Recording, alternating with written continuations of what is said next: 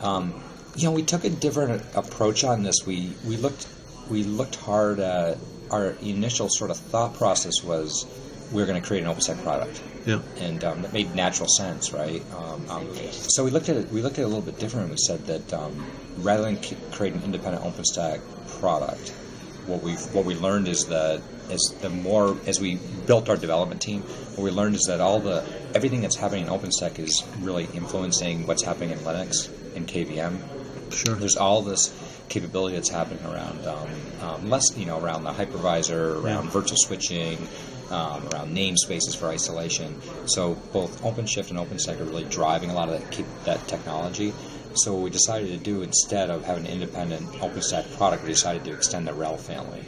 So we're taking Red Hat Enterprise Linux, we're adding a new platform on Red Hat Enterprise Linux focused on OpenStack. Similar to how you have MRG then, I guess. Merge was really what we considered an add-on. Okay. It was you could buy RHEL, and then you could do an add-on for Merge. And in the case of the real-time part, it dropped a new kernel for you. Okay. With this case, but you still had to buy RHEL, and then you could do a Merge add-on. With this case, there's a version of RHEL that you can buy that starts in the RHEL 6 family. That is, RHEL OpenStack.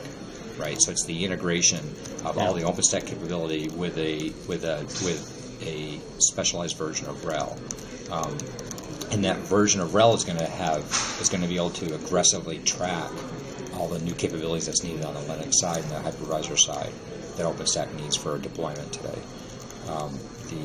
And so it's a much different approach than we thought. So basically, if you're already certified for RHEL, you're now certified for Red Hat OpenStack, including the application tiers. So to interrupt you, I would assume if you're going to rev faster, same kind of way like Merge did, that's right. You're going to be running faster kernels. Will you still be able to certify, even though you're iterating kernels faster? That's right, and that's what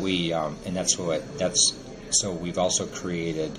We're able to, through our partners, right? So our partners are already in the works that it'll just be part of their normal RHEL certification. So we did the same thing when we did virtualization. When we added KVM to RHEL, originally when we added Xen, our partners didn't just certify for RHEL without the hypervisor. They certified in both use cases. For RHEL, and then they also did another sort of set of tests when they were virtualized. And so we're going to basically be doing the same thing. If a customer is certified on this platform, is that they'll be using this advanced kernel. Is essentially this new SKU just the preview edition, because OpenStack had to run on something as the OS? Yeah, they were just planned to be separate products at that point in time. It was planned to be that. So it would have been sold as a RHEL subscription, then an OpenStack on top, that's right, and now it's just correct. one combined SKU. It'll be one on top. Because before, when it was on top, then which version of RHEL do you support it on? 6.3, 6.4, and now all of a sudden we're out of that chain of one independent version of OpenStack working on multiple versions of RHEL. Instead, we just integrate the two together, and it forward moves, at the same point, starting with RHEL's.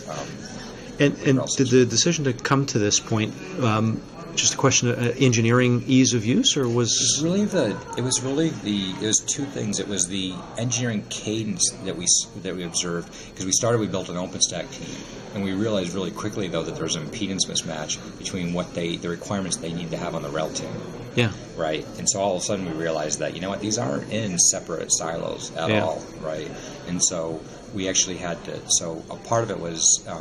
True is technically easier to manage, but we also realized that it really was, as an OS company, you think of them as separate, right? It's like it's about the OS, and then it's everything else. Yeah. And so this is a departure from that for us, because it's really not two conversations, with customers. It's really one conversation, which is how they build cloud. Right? Yeah. And we want to build a nice, seamless, integrated way where it's not a two-step thing: install an OS, install an OpenStack package. It's install your cloud. Now, what sorts of magic am I going to be able to do with ultra upstream OVS stuff that's in Linux 3.9 or whatever now that I couldn't do before? I'm assuming it's a lot. A lot of it is, we're seeing, OVS sort of synonymous with all of our OpenStack deployments today.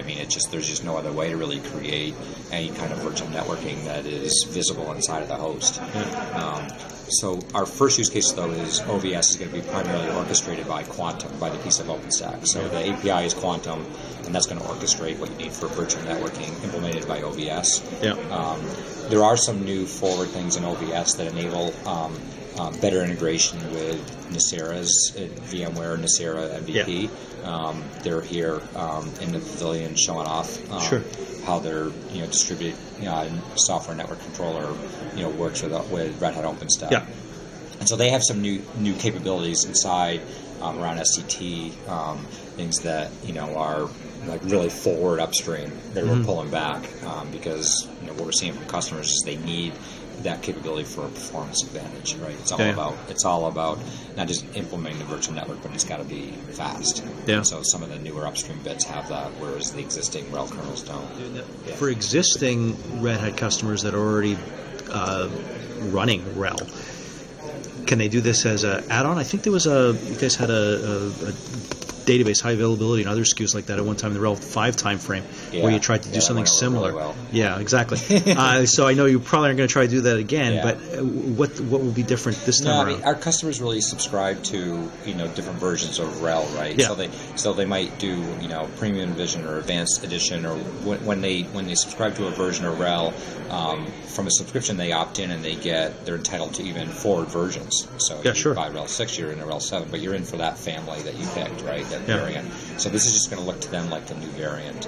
So they will have to subscribe to this particular variant that has OpenStack, which is the OpenStack edition, if you will. So when you look at your engineering roadmaps, and I know there's RHEL 7, whether it's end of the year or whenever it may be, right.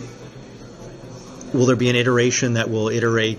What's the plan along the roadmaps there? So basically, now when RHEL 7 comes, there will be a variant for Red Hat, Red Hat Enterprise Linux OpenStack platform, RHEL 7 edition, and so that work's already underway. They're looking at a lot of things on how, from a RHEL 7 standpoint, we're looking at how do we better manage the cadence of technology evolution inside a RHEL platform, and the way we're doing it in RHEL 6 is because RHEL 6 is already out there and here and now. Yeah, so we're looking at some optimizations. Right now it's more brainstorming on how do we package technologies. And RHEL 7, that technology that's sort of advancing and driving emerging deployments faster than what we're used to, with our existing customers. Got it. Good.